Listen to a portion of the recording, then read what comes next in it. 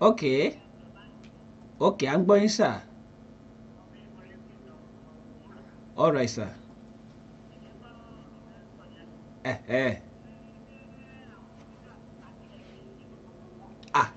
Ọ̀rọ̀ tá à ń sọ bó láṣẹ àjọ bíi leaders tẹ́ wá lọ yìí torí ọ̀rọ̀ jẹ́lọ́sì là ń sọ yìí. Kọ́ mọ̀ jẹ́ pé nẹ́tíwọ́ọ̀kì ń jálura wọn ní o.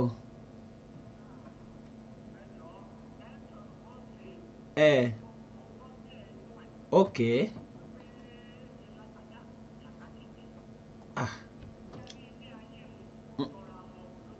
Mm. Mm.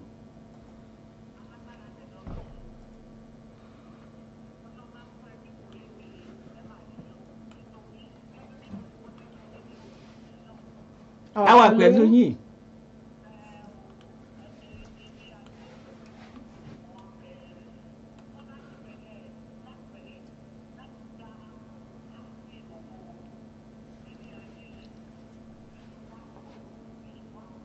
Okay. Bàbá ibi ẹ lọ yẹn ó dà pé network ibẹ̀ yẹn ò clear dáadáa network yẹn ò clear dáadáa dákun bá ń gbóni ókè.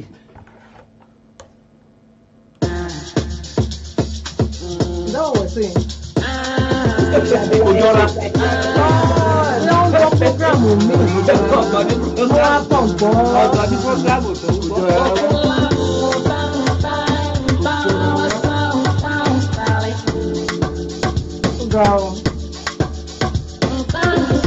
Lára kan tó máa ń fàjẹ́ lọ́sìn náà nìyẹn. Mísítà Bíkì náà wà ó Mísítà Bíkì wà.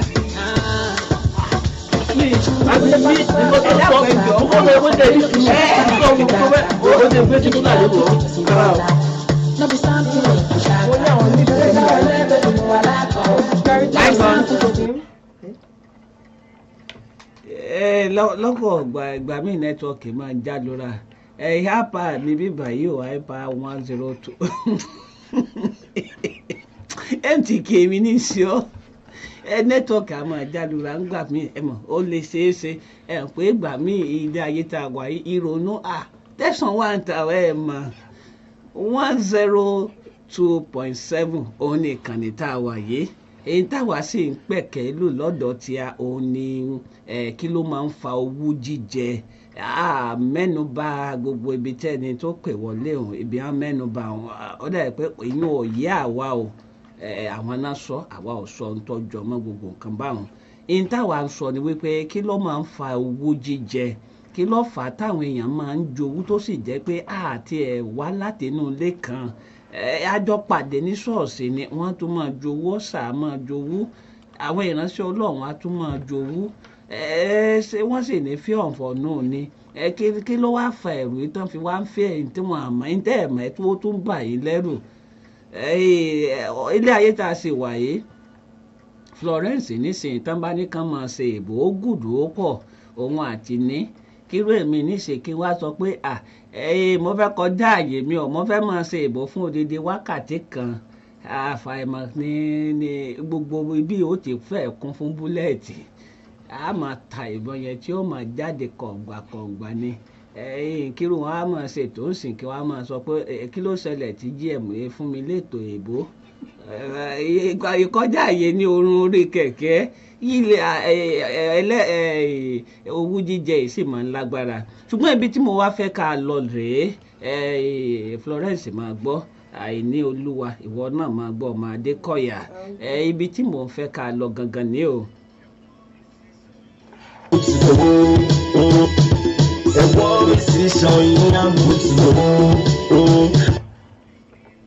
Ṣé àwọn tó máa ń jowú yìí ṣé wọ́n gbàgbọ́ wípé àwọn ni wọ́n máa ń ṣe lọ́fàá tán fi máa ń jowú ṣe ìlara èèyàn ni pé èmi ẹ jẹ́ kí bóyá kí ní kí kọ́kọ́ béèrè ṣó wọ́n gbàgbọ́ pé lọ́dọ̀ tèmi èmi ni mo mọ kíní yìí ṣe bó ṣe ṣé wọn ọ̀dà kò wá òkè at the same time báyìí lẹ́sẹ̀ lè ṣe jẹ́ kó ṣe.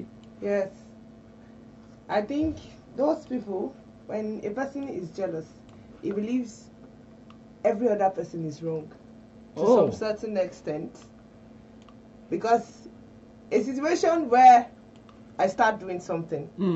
And ìwọ náà o fẹ́ ṣe the same thing like I'm doing it, but there's a way you go through, you often you go through situations. Okay, you want to do something exactly like I'm doing and you don't know what you are doing, but because you are jealous at a particular extent, you are jealous of me, you are like ṣé òun nìkan ló mọ̀ ọ́ ṣe ni, and you don't know, you are not sure what you are doing.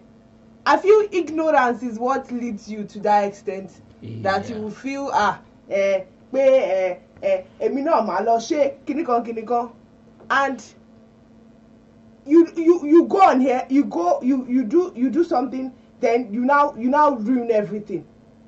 So I feel in that situation they feel, oh, èmi nìkan mo mọ̀ ọ́ ṣe o, and is that level of ignorance, is a very high level of ignorance. To feel, oh, kò lè ṣe jù mí lọ now, báwo ló ṣe máa ṣe jù mí lọ. It's because you are ignorant. You don't want to learn. Even though you don't know it, you portray like you know it so that everybody will feel you for that moment. Florence want to say something. What I want to say basically is that the first things first, being jealous is a state of mind. Okay. So it's just like you've just programmed yourself that this person is not good. No matter what the person does, it's not good. Not that I can do more than that person, but I just believe this person is not good. So whatever comes out of that person won't be good. Not that you can do better than that person, but because you have this mindset that it's not good. So in that sọ níṣẹ́ ni wípé èrò téèyàn ti ní nínú ọkàn ó ti conclude nínú mind ẹ̀ ọ̀la fi sọ pé lágbájá ìkọ̀dá bí yóò tiẹ̀ wá ṣe tó tún dáa jù bẹ́ẹ̀ lọ. Kò lè dá lójú ẹni yẹn náà. Ọ̀dà.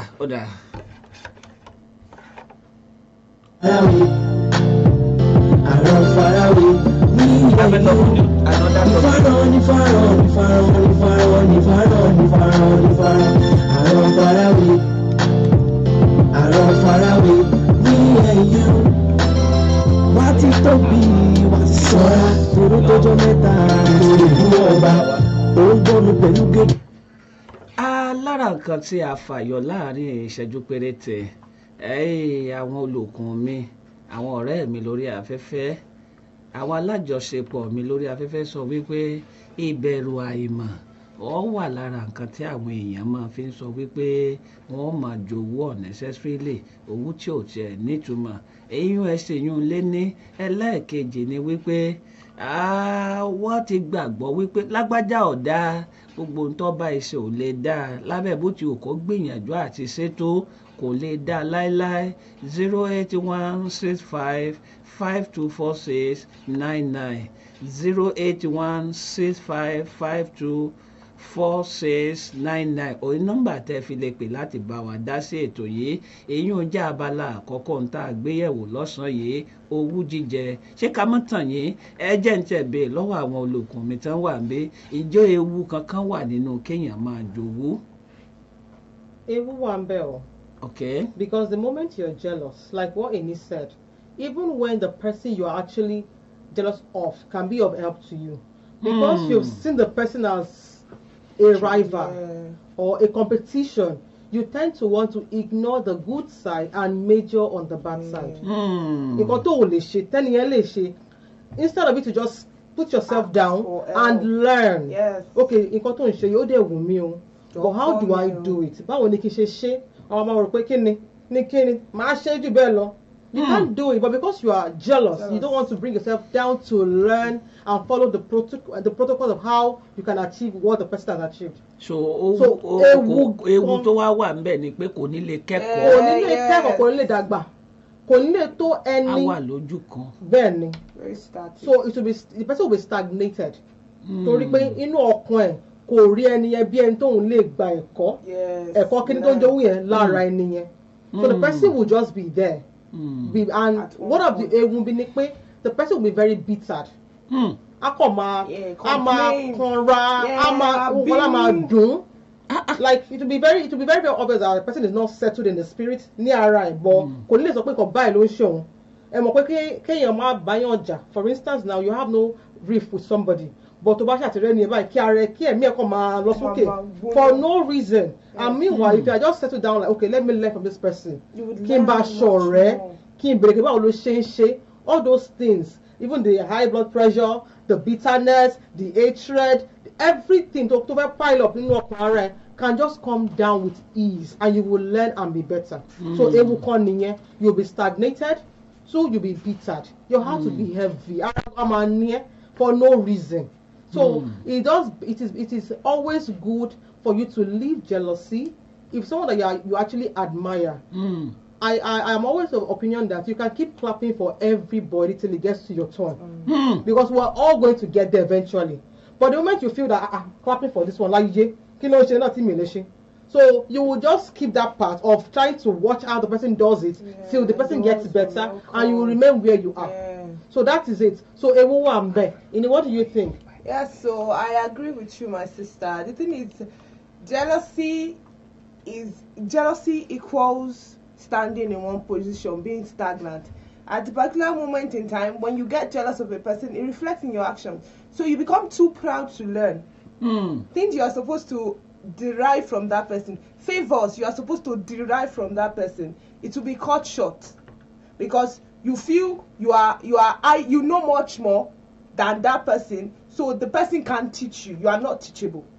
So whatever you are supposed to get from that person will not come to you. And by so doing, that person may be the one to lift you up, maybe your destiny helper. And by so doing, you will remain at the point in which you are. So that is just what I think about it. Okay, nínú ọ̀rọ̀ tá à ń sọ òun ló máa mú mi lọ sí ìbéèrè ẹlẹ́ẹ̀kejì ẹja dókè lọ́ngbà bá padà dé. You are my African queen. Ooh, Lord. Just like the sun lights up the earth, it lights up my life. The only one I ever see with a smile so bright. And just yesterday, you came around my way. Nǹkan lẹ́ẹ̀kejì tá a fẹ́ gbéyẹ̀wò lọ́sàn-án yìí ǹjẹ́ ó lè fà á ẹ rí wípé táwọn èèyàn bá wọnú new relationship ká tó pẹ́ wọ́n máa ń padà break up. Relationship tí mo ń sọ kì í tí ì ṣe marriage o. Mo ní ìjàmbá ọkọ̀ kan àdàpè lọ́rọ̀ mi o, kì í ṣe driver o, ó yẹ MTK. Mo ní ìjàmbá ọkọ̀ kan mo wá fẹ́ wọnú ọkọ̀ míì, ìgbà mo tún wọnú ọkọ̀ míì ẹ̀rù wá ń bà mí nínú ọkọ̀ yẹn. Ó ti yé eyín ẹ jẹ́ ń fẹ́ kan lámọ́lẹ̀ ó jẹ́ break up níbì kan ó wá wọnú relationship míì ìbẹ̀rù break up tó wá ń ṣe ó wá jọ máa kanra kó bẹ̀ sí máa hùwàkíwà. Ṣé ó possible, ṣé ó ṣeé ṣe lóòótọ́ kí former relationship kó affect new relationship? Mo mọ̀ pé máa like yín dáadáa. Ìní olúwa alpha.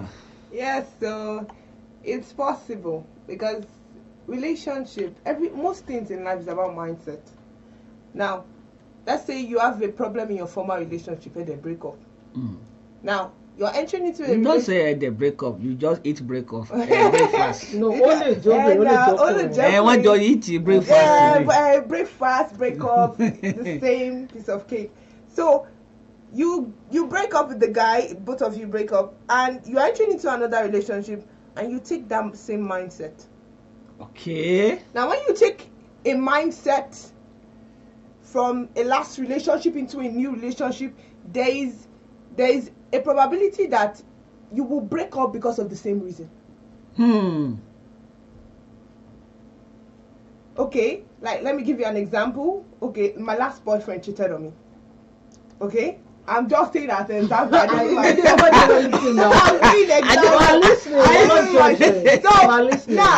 They go. Now, my new relationship. Okay. I am in a new relationship with this guy, and fear too is one of those reasons. Okay. Now, I'm in a new relationship with this guy, and this guy is giving me what I want, money, everything.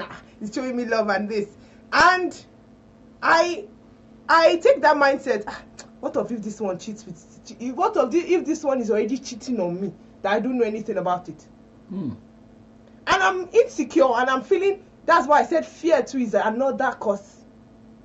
Now I fear that the thing that happened in my last relationship, the breakup because he cheated, will happen again. So once the guy you are trustworthy and I start finding faults, it will be there's that probability trust reduces.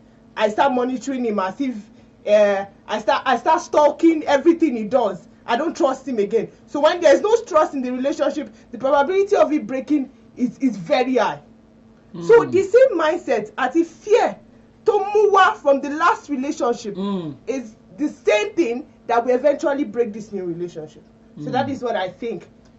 Flores. Okay, my 2 cents is that when you have a breakup in the previous relationship, the first things first for you as a person is to heal. Now, it is very easy to say heal, but the pattern with which you want to heal, you might not know. And I also employ people most of the time that always try to be kind and don't allow anybody take you from that your kind part to making you a bitter person. Okay. So some people in their first experience, they were so nice, they were very carefree, they weren't really, checking or monitoring the guy, and it turned out that the guy wasn't worth the time. Yeah. So the second one, they want to be too careful, trying to project that guy in the new guy. So thereby leaving their sweet nature, now becoming someone toxic to fit in and see if that guy, the new guy, is now doing what the other guy did. So first things first, don't become a bad person or a bitter person because of anybody. Okay. You try your best, you stay neutral, you love it while it lasts, because eventually if it's going to break up or if it's going to break apart, make sure from the moment you start, you are being real and you keep enjoying it till when you get to the full stop.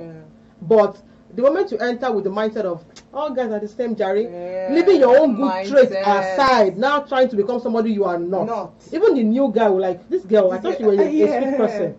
So first off, heal. However it takes to heal. Listen to music, talk about it. At times people tell you I'm introvert, I can't tell people my problem, they will laugh at me. Do not bottle everything. Indirectly they are not misbehaving and they are not aware. So heal. Look for the pattern that suits you. Talk about it. Tell people your experience. Then don't hate yourself. Don't hate. It's not such a big deal. After all, so but at least love the process of your healing and don't transfer any aggression. From let me just pick this one. To heal, how can we heal ourselves? Okay. The former relationship. The first thing is look at what caused the breakup. It might be you, it might be the guy. If by luck it was you, maybe you were too toxic, you were too, you were all up in his space. At times they tell us that if you are choking a guy too much with love, they get tired. In quotes, like you are calling him in the morning, you want to see him in the afternoon. He wants his space. Because at times you will become all locked up. I'm hearing that one for the first time. You become all locked up. It's true? Yes. MTK. It's true. They hear this one. It's true. I don't understand though. So you become choking you know, say you never marry. Yeah, they play. So you become you better all look for somebody that will love you, that will be calling. I love calling you. That's your preference. Now, at times the guy will tell you, so the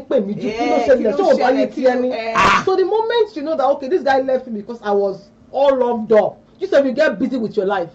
And you call the new guy, maybe morning, 9 o'clock. How are you? OTG, good. Then you look at him, 2 o'clock, you call him again. OTG, good. Then 6 o'clock. So thereby giving this new person a reason to, people, are you not loving me? That if this will not request for the loving up, you do it. Okay. You understand? But I am not saying that you should change from being a sweet person to being a bitter person. But look at the pattern with which the first breakup happened and try to construct the new one. Now, if this person tells you that, okay, I love my girl giving me love bombing, then you do it. But the same thing, but now when you enter this new relationship and you're feeling, well, I don't even send man again, Jerry. It's not my business. And what is he now doing in the new relationship? It's the same. It's not the same thing, no. You are checking up, but you're not stalking. You're not in the person's face every minute. Okay. Yes. In the morning, you guys talk normal. At times you feel the need to even call the person. You're like, Let me not disturb. but you don't step up again in the afternoon once, then in the evening once. So by so doing, you are not really becoming bitter. You're only walking on the journey of being healed. Then if your new guy now tells you, call me every minute, I don't mind. Okay. You understand? You now call, but you're not being bittered. MTK. You dey hear am so? I no dey hear o.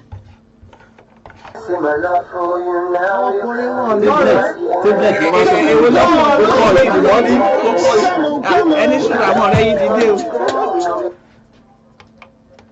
08165. Hello. Okay, hello, ẹ káàsán. Yes ma, yes sir. Orúkọ yẹ́ àti ibi tẹ́ ti ń pè sà. Okay sir.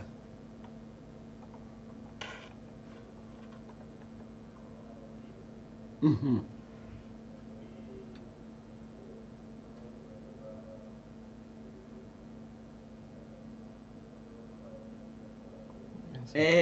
Bí relationship in pé ẹnìkan ti wà ní relationship kan rí ó tẹ̀ tí wá ó ti jẹ break up ṣé ìṣẹ̀lẹ̀ yẹn ṣó tí ó yẹ kó gbé wọnú mi.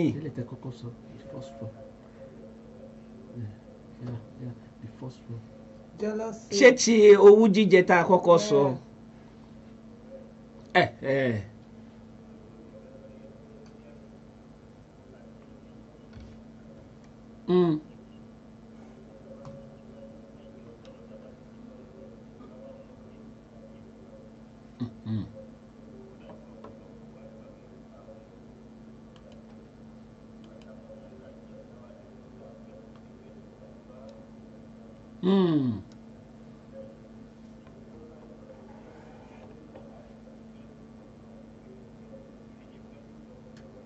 Èyà ọkàn tèmi náà flexible o.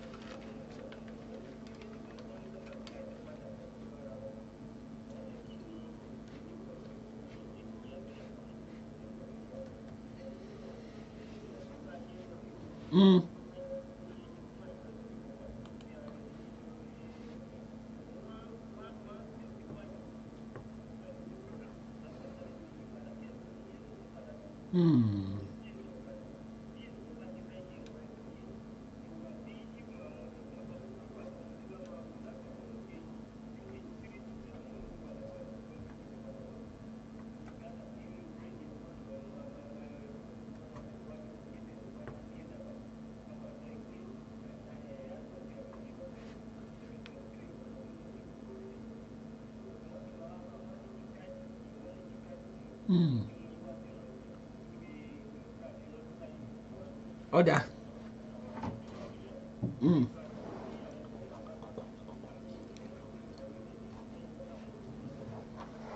Lọ́wọ́ náà wọ́n tún gbàgbọ́ pé people of like-minded people tó ń ní bèrè ìbàrẹ̀ yẹn nípa orílẹ̀-èdè ìtẹ̀síwájú àwọn olóyìn tó ń sábà pọ̀ gbọ́n láti lọ gbòmìnira.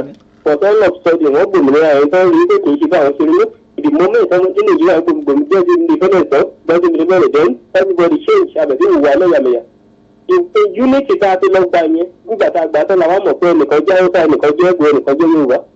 Before àríra wa àtìwọ́n Nàìjíríà ni èmi ṣàpẹẹrẹ ní o. tó bá jẹ́ pé bàbá yẹn mọ ìgbà yẹn tó bó ṣe máa rí nìyí bí àwọn orílẹ̀-èdè bíi people like Ghana even Cameroon bíi bí kálukú ṣe lọ lálàáfíà bẹ́ẹ̀ ni orílẹ̀-èdè Odùduwà bá ṣe lọ bẹ́ẹ̀ làwọn èèyàn tó tí mo dá sọ ni pé àwọn nǹkan tó ń ṣẹlẹ̀ nínú ìrìn àjò a ti rí níbẹ̀rẹ̀ ṣùgbọ́n mọ̀ọ́mọ̀ àpèjúfò torí pé afẹ́fẹ́ ọmọ nìkejì wa ló jẹ́ kó tẹ̀ wọ́pọ̀ lóbìnrin dára bẹ́ẹ̀ ni bí wọ́n continue to die in silence pé ó jẹ́ kí n sọ pé èèyàn àbúrò mi kan ṣe ìyàwó níbi nation mi níbi ọdún 2022 ọmọ.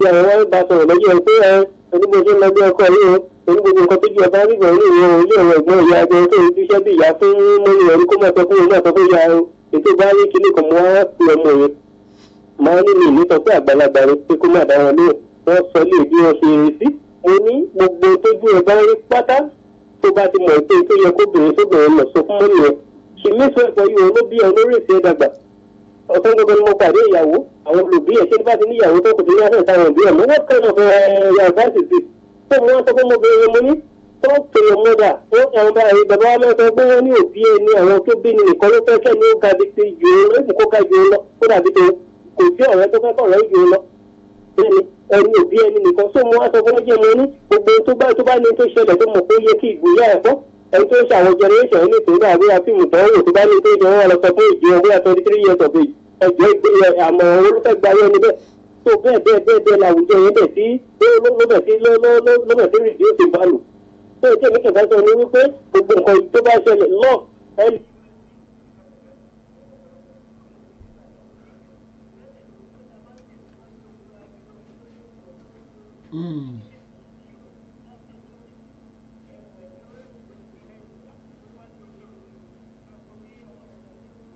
olùfẹ́ ọlọ́run gidi jẹ́ ìbúdó ṣe tó fi yàtọ̀ sí ọ̀gá mi rẹ̀ extraordinary ẹni pé jọ̀bú ní olúwa ti tó olúwa sì tó gba ẹlẹ́gbẹ̀ẹ́ kó lówó wá ní mo fẹ́ pé kó gbà wípé gbogbo tó bá ti wá tayọ̀ káyọ̀ ní ó wá lè ní níbẹ̀ ládìgbò tó máa wá ìgbà yẹn lè dá tó lé lórí ayé tó ẹni tó bá ti mọ̀ níbẹ̀rẹ̀ pé ẹni tá ń bá lọ yìí o fẹ́ẹ̀ bá lórí yìí lóyún ìpìlẹ̀ ìjú ẹni.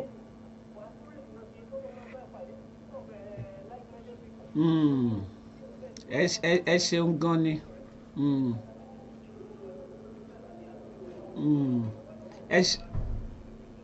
ẹ ṣe orúkọ ní àti ibi tí ẹ ti pè wá sà báwo lẹ ṣe ń gbọ́ wá sí ní ọ̀dọ̀ yín ibo ló kù sí tẹ lérò pé ó yẹ ká ṣe àfikún tàbí àyọkúrò ó dà ẹ ṣe gan ni.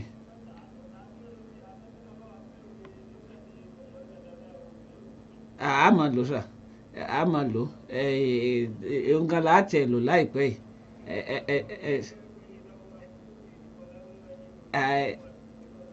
ọ̀dà ọ̀rọ̀ iye wa ó dà sà yẹ sà.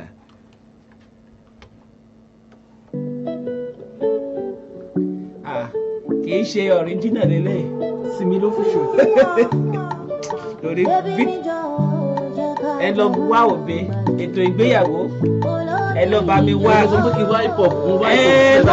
ara lé request fún ẹ wálẹ̀ now mo ní question tí mo fẹ́ béèrè lọ́wọ́ ẹ̀yin crew wa báyìí now ibi tí mo fẹ́ lọ ni pé how can we heal ourselves from the past relationship that will not lead to the second one.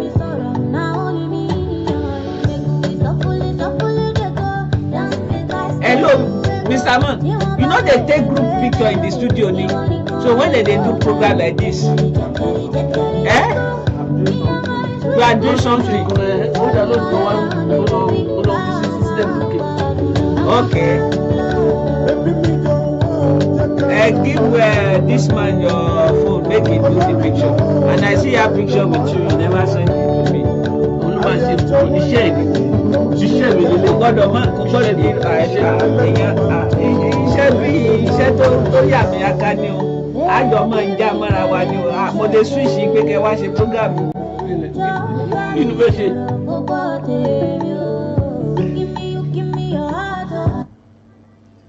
ìkànnì hyper àlàwà ẹ̀ 102.7 tá a kalẹ̀ sí èmùrè ilé nílùú ìpínlẹ̀ Ondo dá a ti ń gbéyẹ̀wò lórí ètò láti nǹkan bíi wákàtí kan fẹ́ lọ lò báyìí tó kù bí ìṣẹ́jú mélòó kan nǹkan méjì láti gbéyẹ̀wò àkọ́kọ́ àti sọ̀rọ̀ lórí owú jíjẹ kí ló lè fa owú jíjẹ àṣetì yànnà náà rẹ̀ àti pàbí àti ti yàbí dùnnú rẹ̀ ẹlẹ́ẹ̀kejì ni wípé a ní kí ló ṣé ó lè ṣeé ṣe kéèyàn kúrò nínú relationship kan kó gbé àwọn tó ṣe ń bẹ̀ kó gbé wọnú relationship míì kéèyàn náà sì tún dàrú lára rẹ̀ ni Fluxy ti wá sọ̀rọ̀ kan ibẹ̀ mo ti fa ọ̀rọ̀ iyọ̀ tó sọ wípé ó yẹ kéèyàn kọ́kọ́ wora ẹ̀sán nínú formal relationship ibẹ̀ gan la wá ń lọ báyìí ọ̀nà wo la lè gbà fi wora wa sàn nínú formal relationship báwo la ṣe wora wa sàn hospital wo náà máa admit wa sí dókítà wo ni ó wà tọ́jú wa jẹ́ ń bẹ̀rẹ̀ lọ́tọ̀dọ̀ ìní kó ló di pé first ó máa tẹ̀ wájú ẹni àfà. Adele, now the first thing to do to heal is to allow yourself grieve. Okay. Process your emotions. This is what I felt for him. This is how it played out. Cry. Express those emotions. Don't bottle it up inside. The moment you bottle it up inside, is that probability you carry to the next relationship. Oh. Then, after you process your emotions, reflect on your emotions. Oh, this is what happened in this. Reflect on your emotions and the past relationship. That relationship you just ended. Okay, like Foxy had earlier said, check yourself. Okay, if I was the one that caused this breakup, was the problem me? Was it the guy? If I were to enter another relationship, how will I handle that problem? Now, the next thing you should do is to forgive yourself. To forgive yourself. If you were the one that caused, either you are the one or you are not the one. Or you are not the one, you should yourself. forgive yourself. Because if you don't I forgive myself. If you don't take actions to forgive yourself, you will still be bitter. Then after you forgive yourself, you set boundaries. You set boundaries, then you try to build your trust. The way you trust other people, you build it from the scratch again. If as a result of that former relationship, you start having trust issues, you set boundaries, rebuild yourself as a person. Know where you stand. Create opportunities for keep yourself busy. Do something that makes you happy. That's how we can heal ourselves from gradually the relationship. You listen to music that makes you happy, dance, do things that I think that is how gradually, step by step, you heal from whatever relationship you have gotten out of, and you won't take that bitterness to the next. Florence, which hospital shall we go? It's yourself. Okay. You don't have to go to any hospital.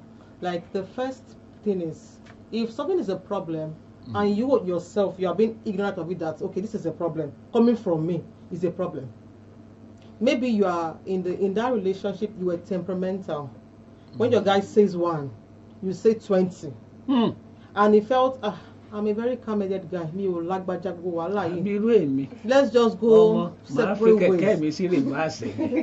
So now, except you want to lie to yourself, that you will tell the world, and meanwhile, if you sit down to reflect, you tell yourself, okay, what I call stubborn. So the moment you are able to tell yourself, okay, I messed up, I was wrong, you first of all fight yourself. Okay, now what's the next thing? Okay, in my next one, I will try to, when my man talk 1, I will talk 3. Like at least from 20 to 3. So, but the moment you're like, that is why when people, for instance, they say when ladies get outside the country, they tend to want to show all their power because you understand it now. So the moment you are at fault, don't be blind to it. Another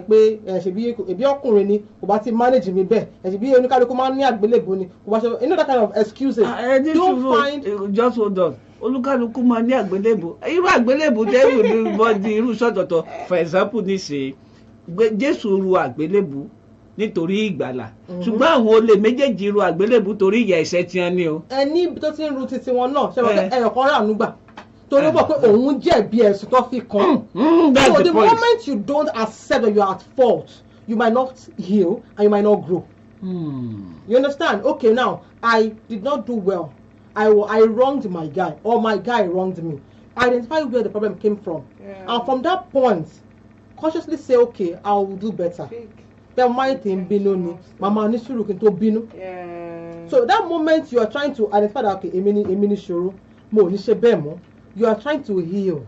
Okay. But the moment you deny yourself and say no, kí ni mo ṣe, kí ni mo ti ṣe. Mo èmi lérò pé bóyá ó lọ síbítù kan báyìí. Ìwọ ni dókítà, right? Yes. Okay. Tell yourself the truth. I want to heal myself. Yes. Then love yourself. I should love yourself. The caller said, "Our maybe because you don't love yourself." Love yourself. No, I think it's a love. Oh. So when I'm beating my wife now and she loves me, so she won't go. She won't even tell anybody. It's not. If you love yourself, you treasure yourself. Yes, and you stay alive for yourself. A man doesn't beat you up in the house and is beating you and you're keeping your mouth shut. Most of the time. You don't love yourself. Most of the time. People will treat you how you treat yourself. How you carry yourself. They will like, oh no, I need more value. Let me do the pattern. Let me follow that suit. But the moment, oh, by here, please, I'm sorry. Wait, it will continue. Okay, bó ṣe fọ́ ẹ létí yẹn, ó yẹ kí ìwọ náà dá. No. Kó lè fi value àrẹ. You don't have to. You don't have to retaliate. I just want to get that point same right. energy. What you simply do is, one, there's no excuse whatsoever for physical violence. No. And the woman what it can begin from a slap to 2 punches to 1 stick to 1 belt. Some people have belts for their wife. It's that bad. So it's happening. So the moment you first of all, okay, a mini ìṣòro. Okay, nǹkan báyìí ni mo ṣe tó bí nínú tí mi ò rẹ̀ tètè bẹ̀bẹ̀ tó fi give up on me. Okay, mi ò ní ṣe bẹ́ẹ̀ mọ́. Then the next thing is, if now you try to go back, retract your step, go back to him, okay, accept it, pé mo ti jẹ̀bi eléyìí. My next one I will do better.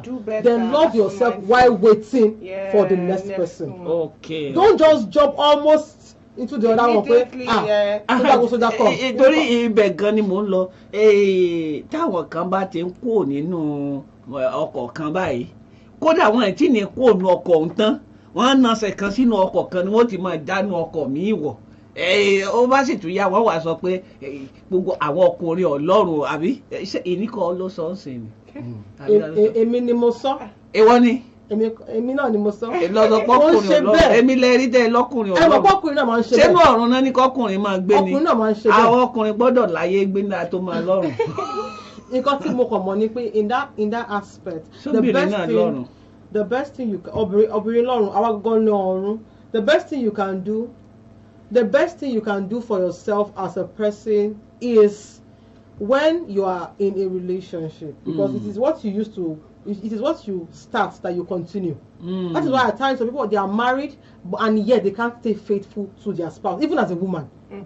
So I would employ us. I would employ us as both genders now. You understand? The moment you are in a relationship with your person, you try to put your energy, loyalty. If at the end of the day, work, also you okay, you are trying to gamble it. At the end of the day, master, jack of all trades, master of none. You might be trying to catch this one, and both you will lose both at the same time. So it's not in the long run, Pokemon really in pay. Because if eventually you put all your energy in that particular relationship and it flopped, and you don't have any plan B to run back to, what's going to happen to you? So when you heal, after you are done healing, and you know yourself, and you're like, okay, I'm ready to move forward to the next relationship. Just open your heart with love. If you don't love yourself, you will see hell. Okay, mo ní ìbéèrè tí mo fẹ́ béèrè. A ṣe jẹ breakfast tán níbì kan. Ó gbọ́dọ̀ tó how many months? How many weeks? Kó ló di pé a fẹ́ wọnú another one. Èmi ò rò pé ó ní calendar bó ní time frame. You said we should heal ourselves. So how many weeks can it take us to heal ourselves? Now, healing yourself doesn't mean that. In fact, you might even have a very calm guy previously, and you will misbehave with that person. You now see someone that looks like fire, the next relationship. So the moment you are in a relationship, you are observant. Beyond the I love you, 10 years fenuso. You know, you observe the person, you study how the person relates with the outside world, how he can deal with issues when he's angry. From that point, what do you call like ó máa ń ju phone dànù, ó máa ń ju TV kìíní kan, you will understand, okay, can I deal with this person? So there, I'm not asking you to make friends, you get it, but before you now conclude and say, okay, I am in this new relationship, you must have studied that this new person, from what I'm observing, can I grow and heal at the same time? As you know, the company can break up ni oṣù yìí, and they found another person in less than a month, and they live happily ever after. So what happens? What works for you might not work for me. I might think in my head I've healed, and the person will, and my new guy will trigger me again by misbehaving. Okay, the other one I left him because he doesn't call. For instance, now this one now cheats. Which one is worse? MTK. Ṣẹ́gun, ìwọ ló yànjọ́ ọ̀rọ̀ tó wà lẹ́yìn. So which one is worse? So at times you might just have your peace of mind in check, only for you to find someone that will pay and scatter everything. So the first thing is you love yourself. So even when you think there will be head, you now found a tail. Your self-love will win. And as a woman or as a man, stay relevant. Have a problem you solve. Make sure you are not stranded financially, kind of. So much that when there's time for you to make a U-turn, you don't give excuses and say, no, let me just stay there. Give my wife look at this POP I'm seeing. I will not see POP again. It will just be roofing. So it won't work like that. So make sure as a person, as a lady or as a guy, you have a means of income. You are earning something, you are relevant. At times a man wants to treat you bad, but when you value, or did the CEO become a lady, he will still respect you. But the moment you like, he will see you finish. He will do you anyhow. And you have no plan B, you have no choice. MTK is a big man now. He's a very big man. He can decide that my wife should not work.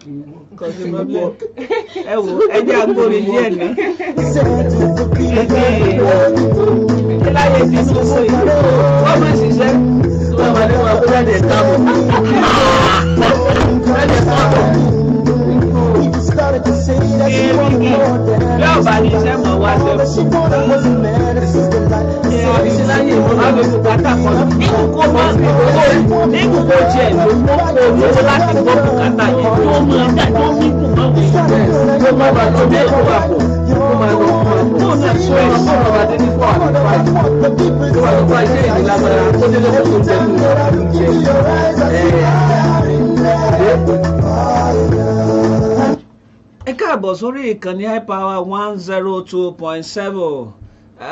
Eléyìí tá à ń ṣe yìí a kàn fi ń ṣe àkànṣe wẹ́rẹ́wẹ́rẹ́ ni o.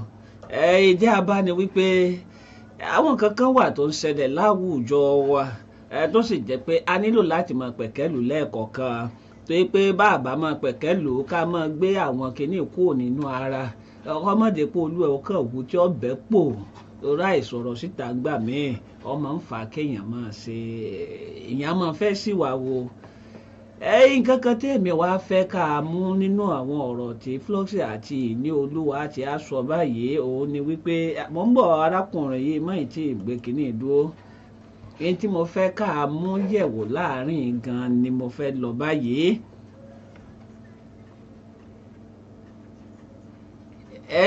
Ṣé ká máa compare ká máa fi ọkùnrin kan wé kan ká máa fi obìnrin kan wé kan ṣé kì í dá wàhálà lẹ̀?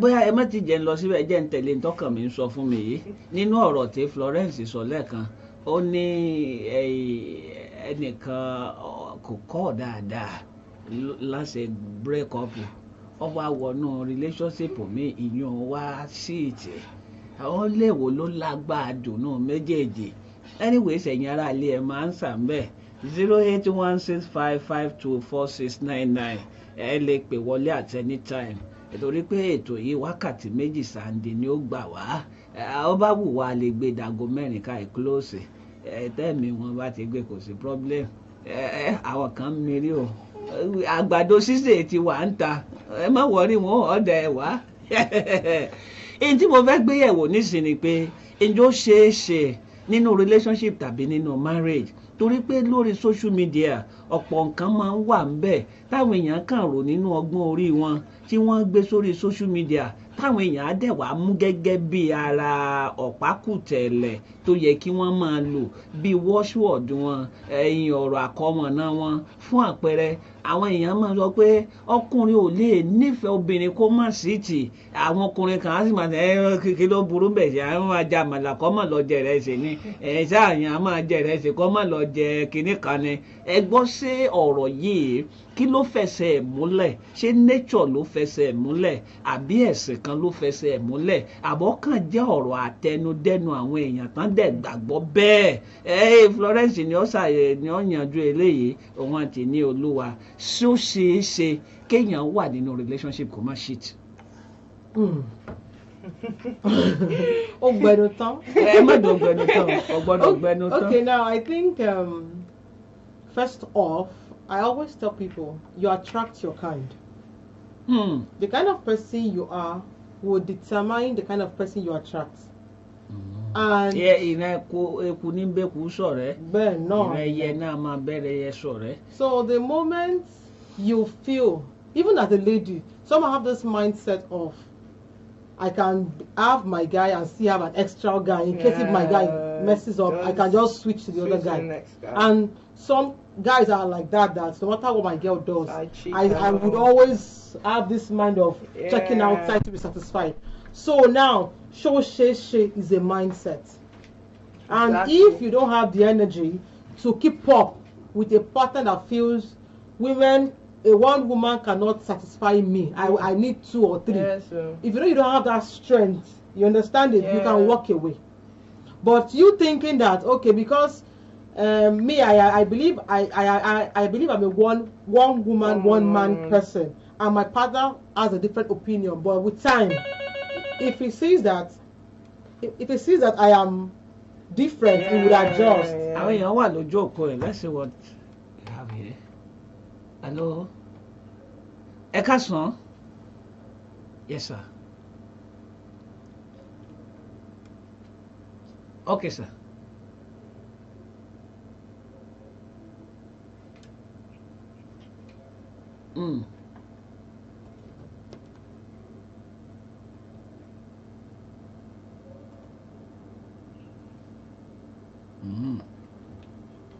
Ṣé ó ṣeé ṣe sà?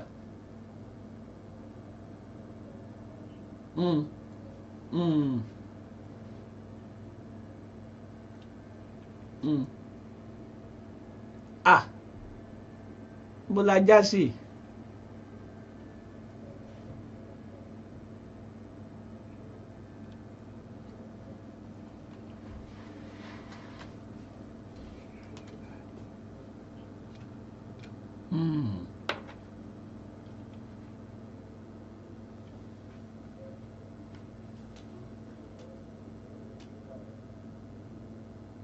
Àti wá alẹ́ sà.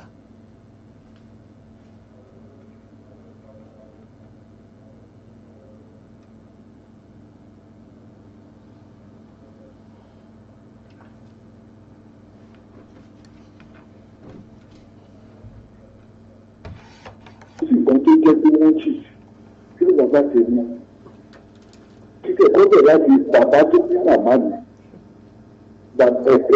wọ́n jókòó bàbá mi àti màmá ẹ̀ wọ́n jókòó pàṣẹ àwọn ìyàwó yòókù wọ́n jókòó pàṣẹ bàbá yẹn pẹ̀lú ṣe tó pàṣẹ obìnrin á tẹ̀lé wọ́n tẹ̀ bàbá yẹn bàbá yẹn sàyẹn bàbá yẹn ó máa ń sábà kọ́ ni yóò máa kọjá lọ kó kàn sọ pé kò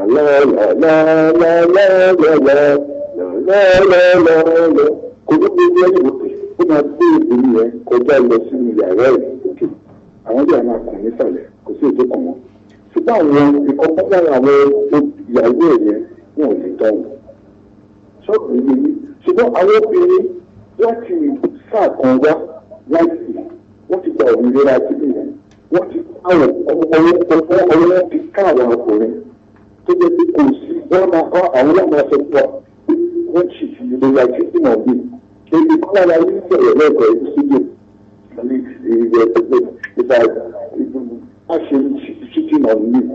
wọ́n ti fi nínú ọ̀gá àti ọ̀gbọ́nẹ́sì fún ọkùnrin tí ìtọ́jú obìnrin kó yẹ kó wà gbogbo ti ṣe báyìí tó jẹ́ pé ọdún tí wá wà ọkùnrin báyìí ló ń sè tó tí mo sọ mo ò ní ṣe o ṣe gbogbo nǹkan tó ti máa rí ilé ṣe máa lọ ṣì bọ̀ bíbí 8 years ago ọkùnrin wọn ṣì náà ọkùnrin wọn ṣì tó gbélé ìròyìn ṣì orúkọ kan ní pé kì í ṣàlàyé ṣẹ̀dọ̀ bí èèyàn mọ̀ bóyá ó da bóyá kò dá o àìsọ nationally tọ́ba ní ìwọ̀nba tọ́ba ní àwọn local ìdílé ọ̀nà.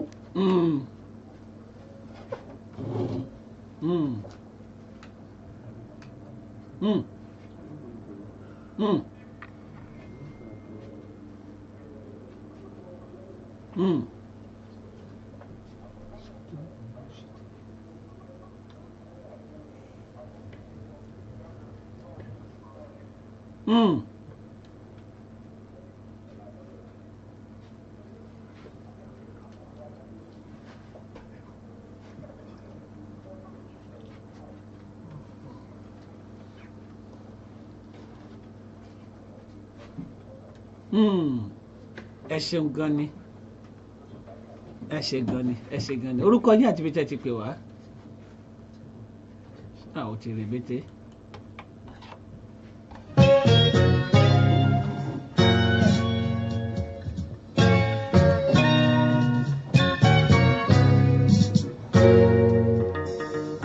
Òjòrò ni kíni yẹn kò máa sọ̀rọ̀ kò máa sọ kíni kan òjòrò ni doesn't work that way. It doesn't work that way. Come. Torí pé àwọn ìyàwó àwọn dákẹ́ Come to tó ń this. pè ní wọ́n dùn. Come to this thing. Olóò ni wọ́n sọ.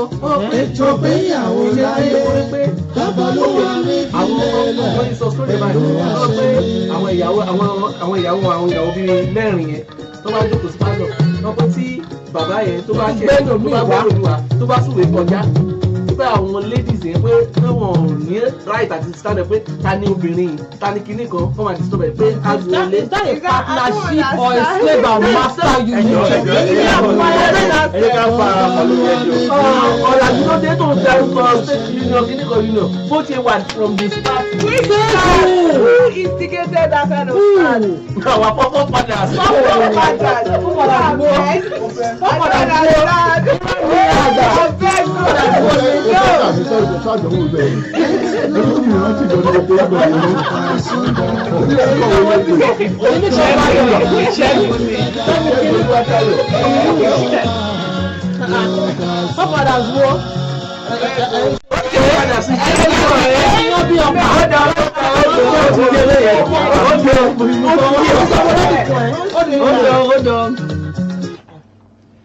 Ìpè tó wọlé ọ̀fẹ́ dáná sun wá ń bì o torí pé àríyànjiyàn ọ̀fẹ́ farahàn bí wọ́n ní síìtì ni o ìrẹ́jẹ ni kó jẹ́ pé kọ́kùnrin lè lọ́kọ ọkọ lè láya bíi mẹ́fà bíi mẹ́wàá bíi mẹ́ẹ̀ẹ́dógún kó wá jẹ́ pé aya ọkọ kan ni obìnrin ò ní ẹ̀sùnkọ́ ẹjẹ́ mú ilé ìwà bí àwàdà ṣùgbọ́n kì í ṣe bí àwàdà náà ó lè síríọ̀sì lóòótọ́ ìjẹ́ mọ̀ pé ọ̀pá kan ẹni Fúlàní ní ìmọ̀ fi ń da igba ẹran ṣùgbọ́n ọ̀nà kan ṣoṣo tí obìnrin ní bí ọ̀pọ̀ màlúù bá gba ibẹ̀ kọjá ojú ọ̀nà wọn kọjá bẹ́ẹ̀.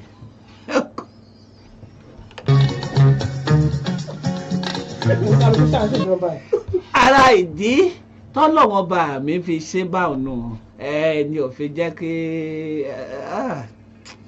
anyways gẹ́gẹ́ bí ìpè tó wọlé látọ̀dọ̀ Ṣẹ́gun ní Ìmùrè wọ́n jó yé wa wípé láyé àtijọ́ bá àwọn ìyá wa bá ń ṣe ẹ̀gúsí lọ́wọ́ ọ̀sàlẹ̀ dáàdì wa gbẹ̀gúsí ní ìlú òkè lọ́rẹ̀ iṣẹ́ wọn láwọn ìyá wa ẹ̀ sì sọ̀rọ̀ bóyá tó jẹ́ káwọn ìyá wa pẹ́ńlé ọkọ̀ náà nù ṣe mọ̀ pé láyé ìgbà yẹn wọ́n ti fi te èbó káyẹn kó gbogbo ẹ̀ pọ̀ mọ́lẹ̀ ṣùgbọ́n ayé tá a wà nísìnyí èbó náà ti fi kó gbogbo ẹ̀ mọ́lẹ̀ kí ló dẹ̀ fà ni wípé láyé ìgbà yẹn àwọn ìyá wa àtàbà bàbá wa wọ́n ń ronú pé àwọn fẹ́ travel out Nàìjíríà ìlú tán bá wà ni wọ́n ó ṣe tí ìkọ́lé pé ilé pẹ̀tẹ́sì náà sì máa ń kọ́ lólówó máa ń kọ́ ń gbà yẹn ìmí ìtẹ̀wà ìkan tẹ̀wà ọjọ́ mo lọ sí ìkan lára ìlú àwọn Àkókó wọ́n wá fi pẹ̀tẹ́sì tán kọ́kọ́ kọ́ láyé ìgbà náà wájú ìta báyìí náà kó stẹ́ẹ̀pù méjèèjì sí ìgbà náà kan ẹ̀ tí máa advance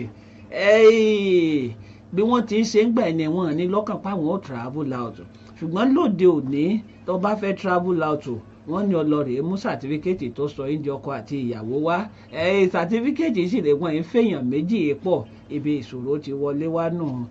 Ìbéèrè tá a ṣe béèrè tá a pẹ̀kẹ́lù ni wípé ṣó ṣeé ṣe kí ọkọ tàbí ṣó ṣeé ṣe fún ọkùnrin tàbí obìnrin kí wọ́n wà nínú relationship kí wọ́n má ṣíìtì ṣùgbọ́n tán pè ní ṣíìtì ò ní pé wọ́n fọ̀bẹ ẹ̀yìn jẹ̀yàn níṣu wọ́n sì wá sọ wípé àwọn bàbá wa kì í sọ̀bẹ ẹ̀yìn náà fi ń jẹ́ àwọn ìyá wa ń su ọ̀bẹ wájú ni torí àwọn ìyá wa gan ni ó tó lọ ta lọ rèé pé àlè wálé ọ̀làgbàrà pọ̀ ara Florence bẹ́ẹ̀ sì ní ń ta wàìwàì ó lọ́lọ́ ní ọ̀dà ó lẹ́yìn ọkùnrin ó lẹ́ẹ̀ lọ́rùn mo dẹ̀ ní pé kò pọn dandan ká tí ì lọ́rùn ẹjẹ́ àkọ́ṣe ilé ayé náà adẹ́ fi máa prepare ọ̀run àṣà wàá kúrò láyé sọ máa lọ sí ọ̀run ni ẹjẹ́ àkọ́kọ́ máa jẹ ilé ayé iná kí n padà wá sí ní tá à ń dípẹ́ kẹ́ lò Florence ìhàwó ló kọ sí kọ́ yẹn wípé tọkùnrin bá nasẹ̀ ta kì í ṣe pé ó ṣìtì pé òde òní náà ti pè pé ó ṣìtì. ẹ ti ní pé a ti dáná sun ilé a dáná sun ilé nǹkan tí mo kàn mọ̀ ni pé ẹ fapájánu ṣe ẹ fapájánu bí ni. nígbà tí ayé in those days now let me speak English in those days when our forefathers got married nǹkan tí mo gbọ́ ni pé nítorí iṣẹ́ oko wọ́n ṣe ń fẹ́yàwó then the mindset. ẹ máa dáko wọ́n máa fa àwọn obìnrin dáko. exactly so mindset tán nígbà náà. mindset nìyẹn and ayé ìsìn àwa obìnrin àti mọ ẹ̀tọ́ wa. mtk sọ́wọ́ rẹ̀ lẹ́tọ́ obìnrin wà tẹ́lẹ̀ ní tán ti wá mọ̀ ń sìn. ẹni sòrò torí pé ẹni at that time wọ́n lè gbé ọmọ 14 15 16 17 nígbà míì kó sì marry kó ti di ìyàwó and the man in question ó lè ti máa bí 30 35 so much that bí ẹrú sí ọmọṣẹ́ sí àbí ọ̀gá sí ọmọṣẹ́ òun ní. ìní sọ pé bíi dádì sí ọmọ. dádì àti bẹ́ẹ̀ ni no bá mi ṣe dádì náà you have to call us dádì náà. ọkọ wa dádì wa. àwa súfèé pẹ̀lú obìnrin mi a máa ṣe ẹ̀ka bọ̀sà wọlé o. kí lẹ fẹ́ jẹ. báwo lẹ ṣe gbọ́ sí. I don't understand. báwo lẹ ṣe gbọ́ sí. so I don't understand. In your understanding. so ayé ìsìn báyìí ọ̀làjú ti dé àwa a ti mọ̀ pé ìgbà yẹn gan mo sure pé kò tẹ́ wọn lọ́rùn they were not happy with it. seriously wait but kí náà fẹ́ ṣe sí. just hold on Abdulrasaq. Yes sir. Àtọ́dá àfa náà wọlé pé ọ̀rọ̀ tó wà nílẹ̀ yìí o àjọ jẹjẹ. tí mo ṣe ń wo gbogbo wọn ni ọ̀rọ̀ tó ń sọ ó ń bí mi. ẹ má fi tẹ̀sí sí kínní o torí ibi mẹ́lẹ̀ yẹn ọ lọ o. ibẹ̀ láwọn ó bẹ̀rẹ̀ láti ẹ̀yìn sẹ́yìn wá láti ayédáyé ni ọkùnrin kan ti ń fẹ́yàwó púpọ̀. àwọn bàbá wa tó mọ ní. mọ́ní mọ̀yàmọ̀yà àwọn bàbá wa láyé àtijọ́ wọ́n lọ síta wọ́n lọ mú obìnrin wálé pé ìyá alágbájá ìyàwó rẹ̀ nu o yóò sì fomi wọlẹ́sẹ̀ wọlé pé máa rọra torí ó dáa kí kí wọ́n mú ìyàwó wálé ju kọ́ lálẹ́ níta lọ kó mú wálé gbọ́ tilé mọ́. wọ́n gbàgbọ́ pé ọkọ la láṣẹ kí ọ̀làjú tó dé ọ̀làjú ló wá ń fún àwọn èèyàn wa ní opinion pé kíní kan ń pè ní civil kíní jẹ́ civil. civil marriage ẹni ò yé mi o. wọ́n lọ kóòtù pé tó bá ti fẹ́ yàwó kan tó bá ti kíní kan ẹ̀wọ̀n ọdún kíní kan ni ẹ̀wọ̀n kíní kan ni. ní ayé àtijọ́ Africans la jẹ́ aláwọ̀ dúdú ni wá akẹ́ ń gba àwọn èbó àṣà èbó là ń gbà láàyè tá a bá sọ̀rọ̀ ayé àtijọ́ gan rọrùn ju ayé tá a wà nísìnyí lọ nítorí pé ayé àtijọ́ ọkùnrin ó dà gẹ́gẹ́ bí olórí wọ́n máa kó olórí ilé apàṣẹ tí wọ́n tẹ̀ pé wọ́n pè ní apàṣẹ ọ̀rọ̀ tó bá ti sọ ó ti dà sẹ́nu léhùn. òun labẹ́ gé. òun gangan ni bàbá rẹ̀ tó bẹ̀ yẹ̀ wò.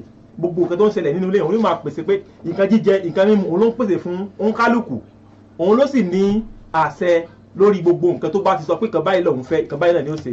àwọn ìyàwó àtijọ́ wọ́n fẹ́ wàhálà nínú ilé wọn náà fi ń gbà fún ọkùnrin pé tọ̀ tó bá sọ pé kan báyìí ìyàwó tó ní níta ni ó ti mú wálé ó dájú kó wà níta lọ kó di pé kó mọ kó wọlé lọ síta káwọn rí oúnjẹ gidi jẹ ńlé wọ́n gbàgbọ́ pé tó bá mú wá sílé o àwọn jọ kọ́ ọmọ lùbọ́ àwọn ó pọ̀ sí i oko wọn pọ̀ sí i àròwó sí i àgbàdo ńlé wọ́n gbà pé táwọn bá mú ìyàwó tuntun wálé yóò mọ ra wọn lọ́wọ́ ni olùrànlọ́wọ́ ló fún yín olùrànlọ́wọ́ ni ẹ̀yà ara lé 08165524699 àwọn èèyàn dáná sun bí lónìí àfa wọlé ó kọ́ nǹkan wọlé.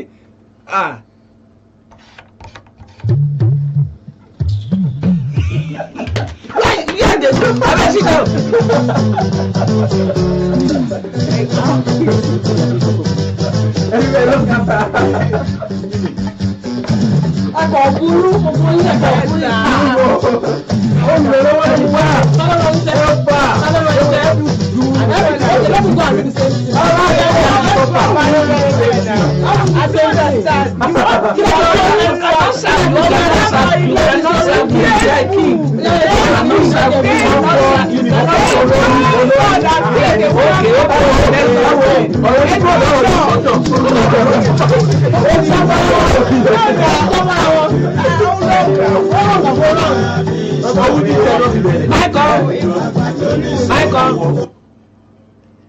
ọ̀rọ̀ tó wà ń bí o ti kọjá ibi àfọkànsí o àfìgbà tí omi fẹ́ mọ̀ mú kínní ṣùgbọ́n a dúpẹ́ lọ́ọ́ Ọlọ́run ó tẹ̀ ti di tútù báyìí èmi ni 1-2 tẹ́lẹ̀ ṣùgbọ́n ó ti wá di tútù àfàìmọ̀ ní òní di 3-2 torí àlàbọ̀ ọ̀gbẹ́nu sí máìkì ń bí yìí o ibo ní sálọ máa bọ̀ ọ̀gbẹ́nu sí máìkì o head of news wa ó wà nù lé ibi ọmọ rẹ̀yìn ọkùnrin sínú ìgbà tán a ti sọ tọ́pìkì bọ̀ látàárọ̀ a sọ̀rọ̀ jẹ́lọ́sì wà á dá sí a sọ̀rọ̀ wípé kéèyàn ṣe relationship tó ti kú kẹ́kọ́ mọ̀ sí kíní kan dá sí ẹ wá gbọ́ ibi tó ti yẹ kọ́kùnrin mọ́ níyàwó 3-4 ibẹ̀ lẹ́gungun ọ̀yá káìtọ̀ lẹ́yìn tì yín ọ̀yá.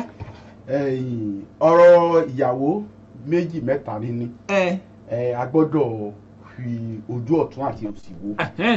torí ìní gan ó ti ní káwọn obìnrin gan òun fẹ́ sọ fún ọ kán fẹ́ máa lọ́kọ bíi 4 sílé báyìí. ohun àkọ́kọ́ wípé èké ti dáyé àṣà ti dápò mu bí ò bá rí bẹ́ẹ̀ ohun tó dáa ni wípé kí ọkùnrin fẹ́ aya kan kí obìnrin sì lọ́kọ kan ṣùgbọ́n ẹ já wò dáadáa bó o la ṣe ń gbélé ayé wa bọ́kùnrin bá níyàwó bọ́jẹ́ ọmọ ọdún 25 tó sì fẹ́ yàwó lẹ́yìn tó bá fẹ́ yàwó yẹn ó túmọ̀ sí pé ńgbà tí ó bá máa pé ọmọ 50 ọdún àwọn ọmọ àkọ́kọ́ tó bí òun náà ó ti bóyá lọ́kọ àbí níyàwó tí ó ti máa bímọ ọmọ sì rèé ó gbaṣẹ́ ní Kaurana Moda bàbá ń gbé ìlú Èkìtì ta ni ó máa dáná fún bàbá ìyẹn àkọ́kọ́ ṣùgbọ́n àwọn Yorùbá sì máa ń pòwe pé ẹni tí ò gẹṣin lọ́sàn-án tí ò ti gọmọ èèyàn lóru kò ní kọ̀ kí lè má túká. káàsà. nígbà tí obìnrin bá máa tó ọmọ 50 ọdún ìjí pépé títami oge lóru yóò ti lọ ọlẹ̀ tí bàbá ṣẹ̀ṣẹ̀ bẹ̀rẹ̀ ayé jíjẹ ni bó o láṣẹ ṣe téèyàn 3 ó rìn méjì yóò ní ṣẹ̀kẹ̀ nìkan lẹ̀ ìyẹn bẹ́ẹ̀. ẹ̀ẹ̀kejì ni wípé ọ̀pọ̀lọpọ̀ àwọn ìyá wa ló jẹ́ wípé bọ́mọ wọn bá ti ń bímọ ni wọ́n máa lọ láti ibì kan síbì kejì àwọn ará Ìgbò máa ń pè ní ọ̀mùgọ̀ mo lé èèyàn tó jẹ́ pé obìnrin ń gan ará ilé tèmi ni tó fọkọ rẹ̀ lẹ̀ lọ bọ́mọ tọ́jú ọmọ tọkọ rẹ̀ sì kúdé lé. kó tó di pé ó dé ọkọ ti rè wọlé àṣẹ. ọkọ yẹn ò pọ́ ọmọ 60 ọdún nígbà tí irú nǹkan báyẹn ṣẹlẹ̀ sí bó bá jẹ́ wípé irú arákùnrin yẹn irú àwọn ìwà báyẹn ló máa ń jẹ́ káwọn èèyàn rò pé tó bá jẹ́ pé irú arákùnrin yẹn níyàwó mi kò ní kúrú kú ẹ̀sìn tó kù yẹn. yóò rè èèyàn ṣáájú torí kò rè èèyàn tọ́jú ẹ̀ gbogbo àwọn ọmọ tó sì fowó ọjọ́ àárọ̀ ẹ̀ tọ́jú gbogbo wọn ti fọ́n dàgbé gbogbo wọn nìyá wọn ń ṣe tourism lọ́ọ̀dọ̀ wọn ṣùgbọ́n bàbá ò lè máa ṣe tourism ṣé yóò lóhùn ó bọ́mọdé napin ni àbí èwo ni ó mọ̀ ṣe ìyẹn bẹ́ẹ̀.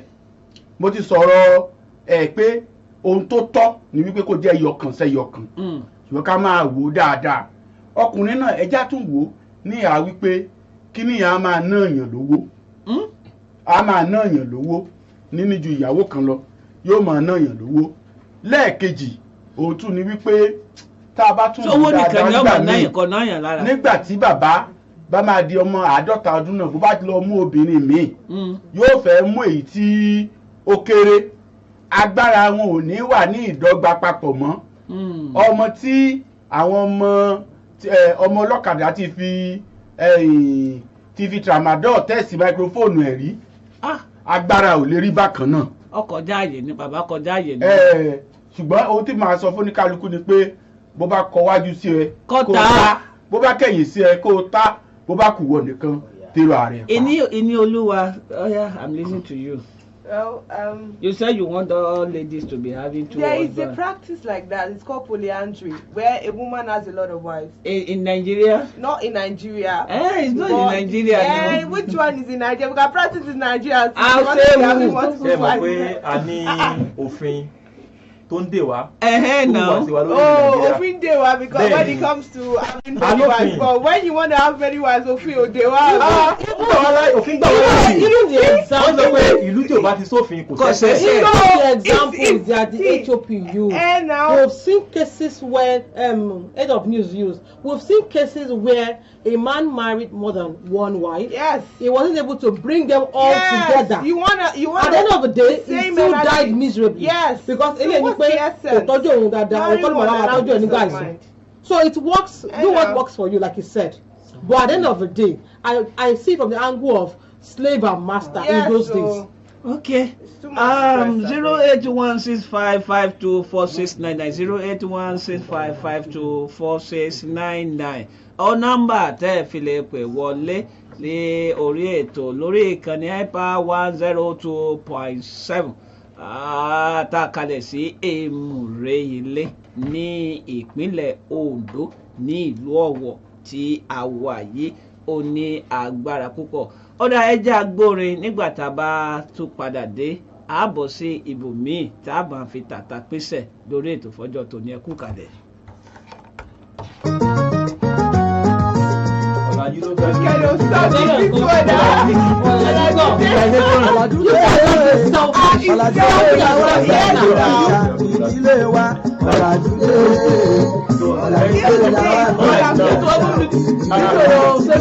Ẹ máa gbọ́ lẹ́nu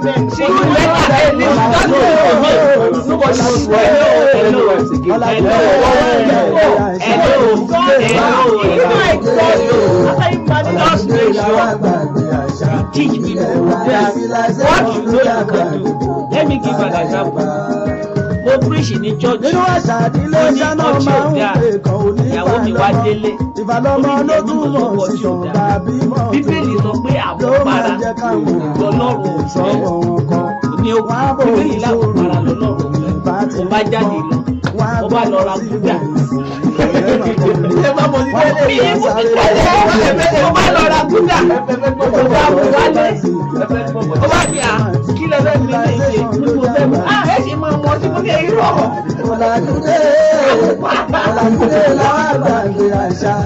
Àwòpara lọ́lọ́run ló dára. Ó ní gbogbo ìyàbá àmọ̀ tó ṣe yẹ kẹ́ ìmọ̀ mi ní irọ́. We have to teach people what they can do. Ilé níyàwó mẹ́ta. Ẹ̀lẹ́ níyàwó mẹ́ta. Ẹ̀lẹ́ ní márùn-ún. Ó ní bọ̀ náà. According to God, he used to be fast. He was very disciplined. Yes. And he was the best of them.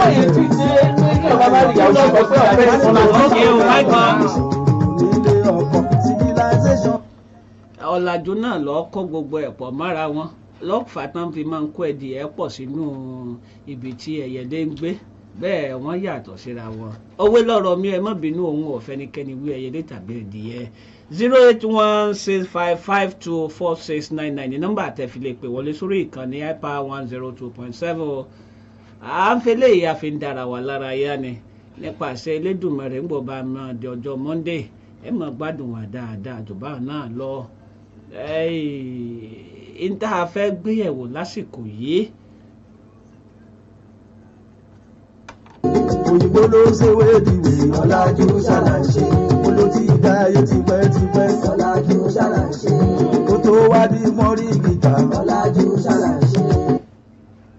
èyí tá a fẹ́ gbéyẹ̀wò ní àsìkò yìí òun ni o a ti gbé lórí yẹ̀wò lónírúurú ṣùgbọ́n ètò kẹ́yìn tá a fẹ́ gbéyẹ̀wò báyìí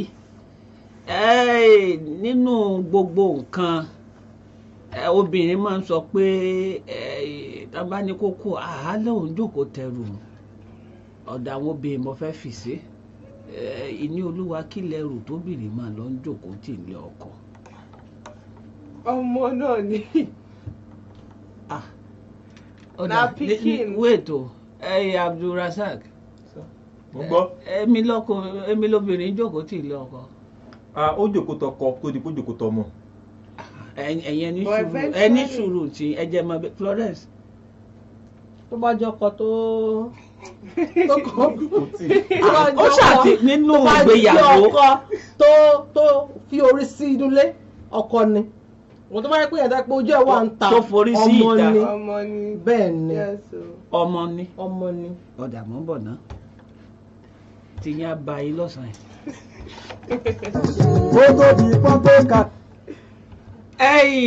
Abdulrasaq ó sọ wípé ó ní wípé kán tó jókòó tọmọ ọlọ́mọ náà ń kọ́ kàn omi náà ẹsẹ̀ kọ̀ọ̀kan kan tó tẹ̀yàn rìn ìtọ́ ń fẹ́ fàyọ̀ bẹ́ẹ̀ náà ìní olúwa sọ wípé ó lọ́mọ ni wọ́n ń jókòó tì Florence wá sọ tiẹ̀ ó ní pé tó bá jọkọ tó mórí sínú ilé ọkọ náà máa ń jókòó tì.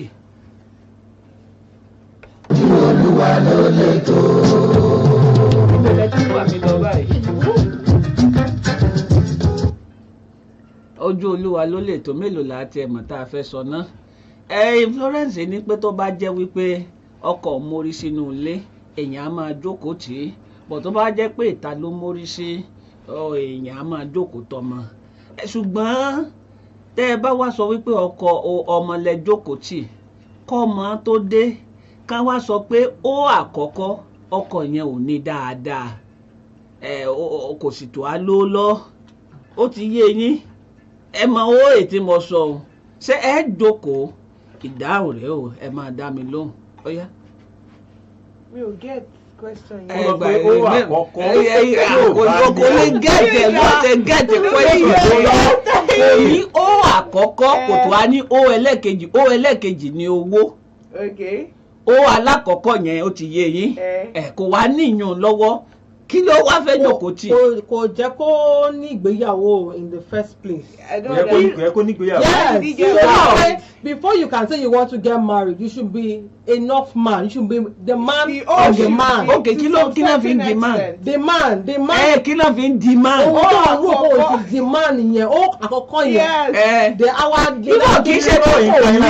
ọ̀rẹ́ ti ká ọ̀rẹ́ ẹni sùúrù abẹ́rẹ́ sí àní sùúrù ṣé ní ó àkọ́kọ́ yẹn kì í ṣe pé kò ní ní tààràtà. ó ní ẹni sùúrù farabalẹ̀ arábìnrin ìdóra rẹ̀ ń jẹ́ ìdí mọ̀ ń sọ ni pé ó wà lákọ̀ọ́kọ́ yẹn ó ní pọ̀ kò ní tán ní tààràtà ó ẹlẹ́ẹ̀kejì kò wá níyùn tán ní tààràtà gbogbo ẹ̀ kan wà ní average kí lẹ wá fẹ́ jókòó tì. kí lòun wá yàwó fún.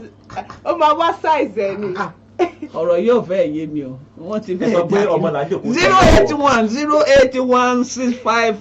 081 ẹ má jẹ́ kí n tàn yín. ẹ má tàn wá bẹ́ẹ̀ tàn mí gan mi tanra mi. tí ò bá ti ní ó àkọ́kọ́ dáadáa.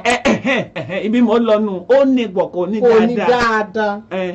tó dẹ̀ mọ̀ pé ìyàwó tóun ń fẹ́ ọ̀ tó wà nínú ilé ẹ̀ kò tẹ́ lọ́rùn tó ohun tí ojú baálé ilé bá ti rí wọn fara mọ́. ojú kí náà rí lójú wọn. ẹ ní sùúrù o. ojú wọn ni. kó pín sójú àwọn baálé ilé báyìí. nítorí náà ó jẹ́ kí àwọn náà kọ́ wá àti ṣe sí ọ̀rọ̀ ara wọn.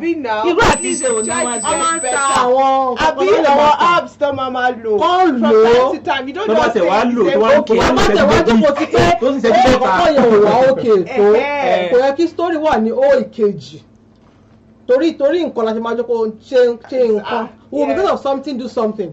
If the first O is not strong enough, is not active active enough. The money part of it should be active. Yeah, it should You can't suffice be for the you first can't one. lack in both. Okay, two let me important not put ways it and let expect me put loyalty. it in this way.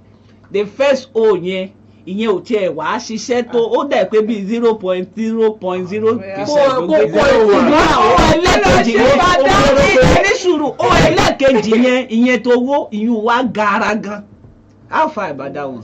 Ayé ti dayé ọ̀làjú. ọ̀làjú kí ló là á. Ó ti dayé ọ̀làjú bó tiẹ̀ ṣe surgery. He can do something. Òun máa fi option kalẹ̀. No, what hold on. He can do something. What is something? Something gẹ́gẹ́ bí náà rẹ̀. If you don't have the technology to allow you is see now. Kí ni technology So ṣe he ṣe can. I don't know. I'm not a doctor. So he can just enlighten us now. What is technology we use this time? We live in a society where people are easily stigmatized. Yes, okay. I've heard stories where the man knows his strengths when it comes to sexuality, and he preferred a wife having toys than seeing another man, and they both agreed. So when he does what he wants to do, that it's not really enough. They know the wife will not go to part 2. Yes, and without a third party, and there's peace. Because there's no. Ava. Láì ṣe fíìmù. Ava. Ìgbéléwò kìíní, ìgbéléwò kejì. Ava. Ìgbéléwò tó gbé wa dé yìí. Ẹyìn Abdulrasaq. Àdúrà táwọn máa ń gbà ń pé kọ́lọ́hún mọ̀ jẹ́ kán gbà ṣe wá sí lójú ẹ̀mí. Kẹ́tù máa ń gbà ṣe wá sí wá yóò dá o. Àtọ́jú bọ̀tà àkọ́kọ́ mi. Náà ni kankan náà lájọ ń sọ yìí. Eléyìí lágbára Tó pọ̀. nínú kí ọkọ kó ní owó alákọ̀ọ́kọ́ dáadáa. Kó wá mọ̀ ní owó ẹlẹ́kejì. Owó ẹlẹ́kejì rárá. Ìlú náà ń kọ́. Ìyá ló wà ń bẹ̀. Ègé orí àlẹ àwọn ìyá ló wà ń bẹ̀. kí ló fẹ́ kí ló wá jókòó tí ẹ̀kọ́ máa ń sọ́kọ̀jọ́ kí ló fẹ́ tẹ̀yìn lọ́rùn. 08165524699 ọ̀rọ̀ àwọn Florence àti ní ò fẹ́ yé mi o torí mi ìmọ̀ tán fẹ́ jókòó tì a ní ó àkọ́kọ́ kò ṣiṣẹ́ dáadáa ó ẹlẹ́kejì náà wà average wọn ní àwa ní ó ẹlẹ́kejì ìyẹn ò tẹ̀ wá ta ṣùgbọ́n owó alákọ̀ọ́kọ́ ò ta ṣùgbọ́n owó ẹlẹ́kejì tí ń ṣe owó ìyún dúró wọ́n tún ní a ní a máa jókòó sí bẹ́ẹ̀. ok ẹ̀ẹ́dùn òun pé a máa ní agreement pé báyìí la ṣe máa ṣe. Compromise máa wà. So you will break the yes, you will break the you rules. will have to come You to an allow for agreement. MTK dákùjọ jágbóni.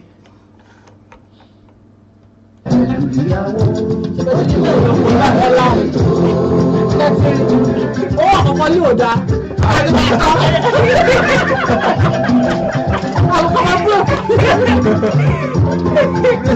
Àwọn búrẹ̀ fún yá mi, àjòkò gbọ́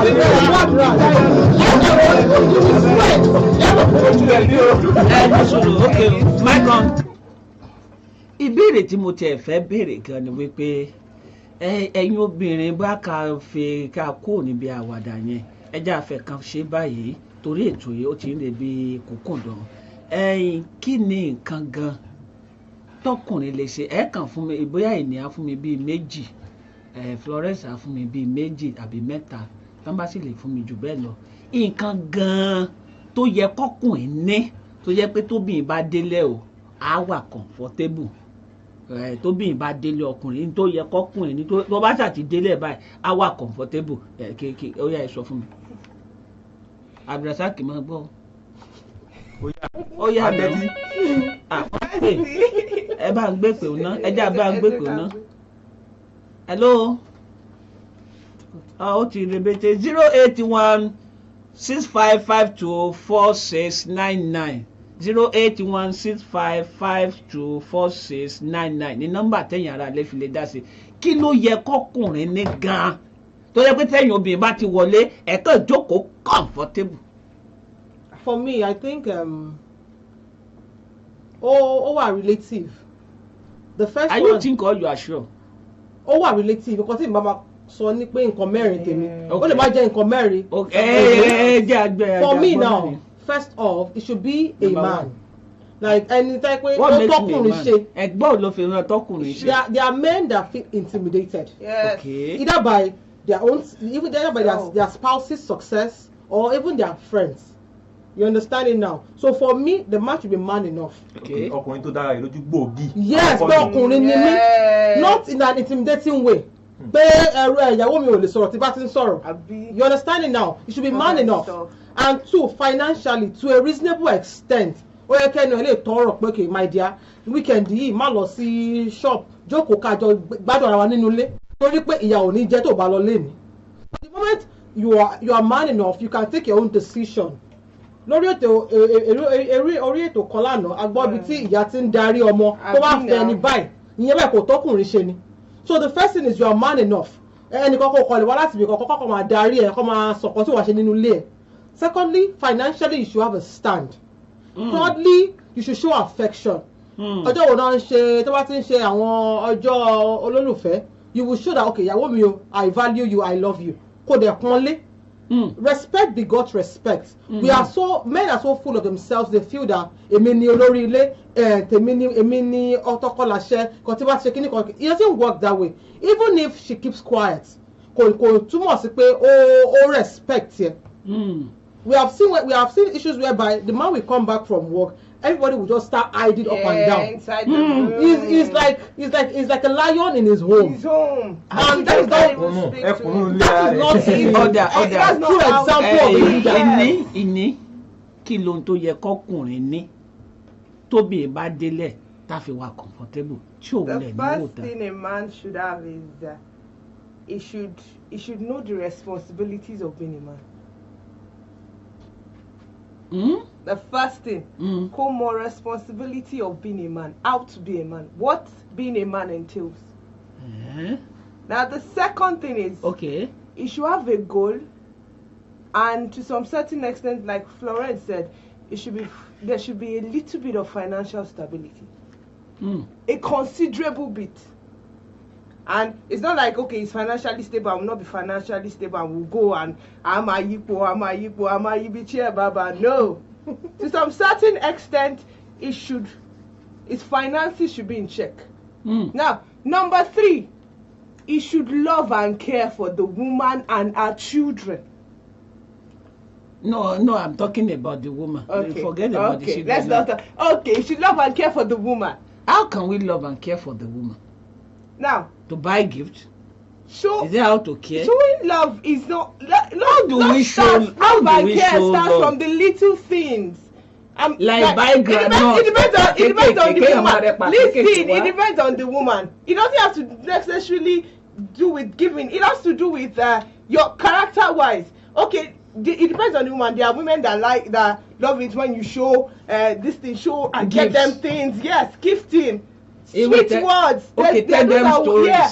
No, sweet words like appreciate her when she's dressed. You say, "Baby, I love what you're wearing." You understand? When she makes it that's what love and care is all about. It's that to some certain extent. Now, apart from love and care. Aside even that, that, at times you will be with your wife. You will see another woman. You will fine. That's where respect comes in.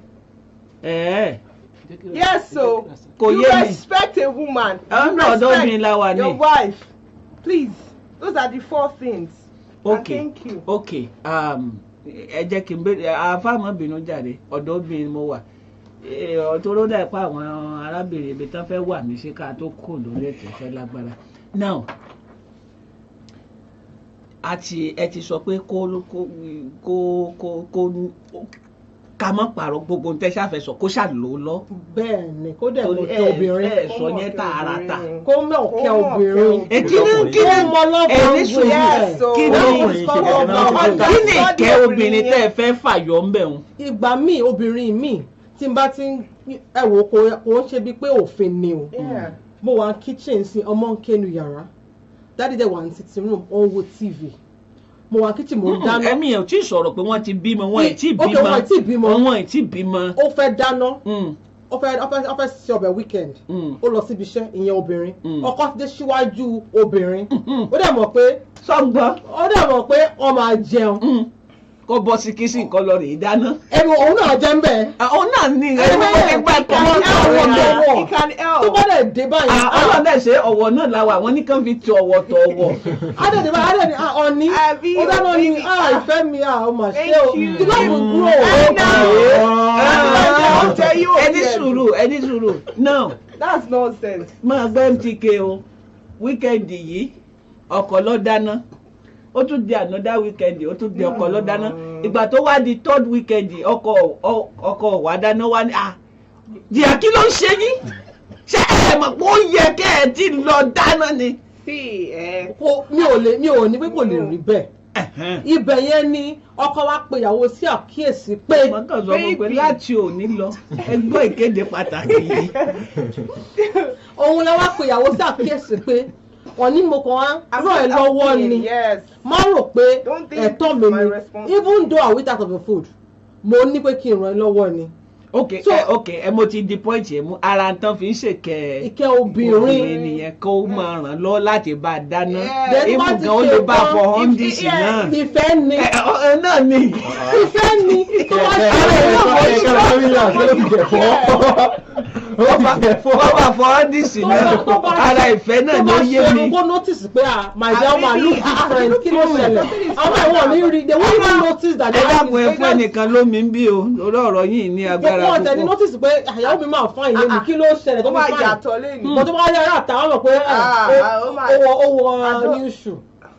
so continue so in whole is first things first you love your wife not just by mouth. On the special day someone can celebrate the wife's day, mother's day, or girlfriend's day, or even your lover's day, August 1st. Ibo lọ́wọ́ ẹ̀ láti wá fi ṣe ti August 1st yẹn wà fún obìnrin láti fìfẹ́ràn sóbìnrin ẹgbẹ́ rẹ̀ kò ṣe fún ọkùnrin sóbìnrin o. Gbogbo ẹ̀ ní o. World Girlfriend's Day. Girlfriend's Day. Ibi táwọn bíbí ìgbé wa láti wà mọ́. Anything. Okay, kò sí problem. Tá a bá tẹ̀ ṣe ti ọ̀wá ṣe bọ́ọ̀lù ètì láwa yìí ẹ jẹ́ ká declare so mo declare yìí ní àti Florence. Kini as the best word. Kò lè declare bẹ́ẹ̀. Kí wàá dà mí I go through protocols. Abi press money if you want declare. You see? Gbogbo language tẹ̀ They help you now. language tẹ̀ sọ látàárọ̀ ẹ ṣẹ̀ṣẹ̀ mú pọ́ìntì kan jáde ni pé lẹ́yìn owó lẹ́yìn owó àti lẹ́yìn owó. Ṣé ń gbọ́ àwọn wa bẹ̀rẹ̀ sí ní parabulate àwọn bẹ̀rẹ̀ sí wa ń gọ sẹ́yìn mẹ́kọ̀ọ́nù látàárọ̀. kókò lè understand kó lè rọrùn soft landing. tẹ bá fẹ́ rí irun kan tó fine níta. ìbéèrè tí mo fẹ́ bèè kí ló wá máa ń fà tó jẹ́ pé lọ́pọ̀ ìgbà tọkùnrin bá ń fi ìfẹ́ hàn sẹ́yìn obìnrin ẹ máa ti ń wò pé àbọ̀ gọ̀ ni kí ló fà á. ẹ mọ̀ fún fún àwọn àpẹẹrẹ obìnrin. ẹ jẹ́ fún yín ní àpẹẹrẹ kọ́rọ̀ ilé iye yín dáadáa ọkùnrin ọ wò pé mo wà nílé ṣe pé iṣẹ́ tá a máa ń ṣe máa ń yàtọ̀ síra wọn ìgbà míì wà iṣẹ́ tọkùnrin ń ṣe ó lè fa ìgbà kó máa wà nílé jù obìnrin míì yàtọ̀ sóbìnrin míì tó jẹ́ pé ilé míì ọkùnrin máa ń pẹ́ dé ṣùgbọ́n torí pé ó wá máa ń wà nílé jù ó wá wò pé ok jẹ́ kí n bá fọbọ́ jẹ́ kí n gbálẹ̀ kó tó dé jẹ́ kí n máa prepare àmàlà lẹ̀ ọjọ́ kan wá rèé ó wá rẹ bàbá ó bó ṣe dé ó kàn gorí bẹ́ẹ̀dì lọ ó lọ sùn ìyàwó wá dé ó wá bẹ̀rẹ̀ sí ní kí fún pé ṣé kò mọ̀ pé ó yẹ ẹ mú language yẹn o bìkọ́ tán bá ti sọ pé nǹkan yẹ túmọ̀ sí pé duty èèyàn ni ṣé kò mọ̀ pé ó yẹ kóun ti dáná lẹ̀ irú yẹn ń kọ́ ṣe pé ìfẹ́ ló fi hàn sí tó fi ń ṣe ẹ kọ́kọ́ mú yẹn sọ́wọ́ ẹlẹ́ẹ̀kejì ìgbà míì wà tó jẹ́ pé tọkùnrin bá ń bọ̀ láti ìta ara gift dání ó kéré kò kéré aṣáára dání pé jẹ́ kí n bá ìyàwó mi mú nǹkan lọlé ṣùgbọ́n ọjọ́ kan wá ń bọ̀ route tó máa ń gbà lọlé kò wá gbà bẹ̀ route míì ló wá gbà lọlé so àwọn nǹkan tó máa ń rà yẹn kò wá rà wálé ìyàwó sọdọ̀ràn mọ́ lọ́wọ́ kí nìyẹn náà That is where the place of understanding comes in. in. Ẹ̀sùn kan ní ó wà rẹ̀ bàbá díẹ̀. Ìwọ tó ti mọ̀ pé ọkọ tó fẹ́, ọkọ tó ní àánú ẹ̀ lójú ni. Tó máa always ń ṣe ìkẹ́ ẹ̀ tí ò máa ṣe ní ọjọ́ kan. You should have that understanding that something is wrong somewhere. So that is where you will understand and you will communicate. And even for the man too, ó máa always ń ra nǹkan dání. Ọjọ́ kan kò wá rà ọ̀níwó mo gba route mi ní má bínú. So kò tí ì fa ẹ̀yà àìyedè, kò tí ì fa misunderstanding. So the wife and the husband should understand themselves and always communicate. Communication. Ìgbà míì ó lè jẹ́ pé the tone tí àwọn bàbá máa lò ló máa harsh tí ò jẹ́ kó rí bẹ́ẹ̀. You understand it now? And at some point we have individual differences. Ìgbà míì ó lè woman yẹn kan lè máa rò pé òun ti sọ bíi pé ó ti dàbí àrífín. But ọkọlá pé ṣé mo ṣẹ̀ṣẹ̀ máa bẹ ra kíní ni ṣé èyí tí mi ò wá rò ẹ understand you have to communicate it through. Obìnrin wa nǹkan ẹlẹgẹ́ ni wa we don't know what we are doing. Ẹ máa ṣàánú wa ni. It's okay, mo ti agree. Má jẹ́ kẹ́yìn fọ́. Mo tẹ̀ tí mo ń tọ́ fẹ́ sọ wọ́n làwọn ọmọ táwọn ṣe bàbá dáríjì wọn nítorí pé wọn ọmọ tí wọ́n ṣe ìní what do you have to say because we are like she said that's where understanding plays in. When you see he's tired, he didn't cook like he always cooks for you. You say, baby, what is it? I hope you are not tired. And he explains why he's not in that situation to do that same thing. Oh my man, was romantic. Ó ṣe omi kí n dé ọ̀rọ̀ tó ń sọ yìí kí n dé ládé.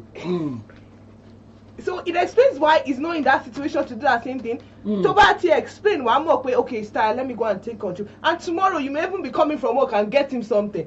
To encourage him, say, baby, thank you for the help you've been giving me. Ṣé o pé obìnrin nìkan kọ́ ni ó wà fragile?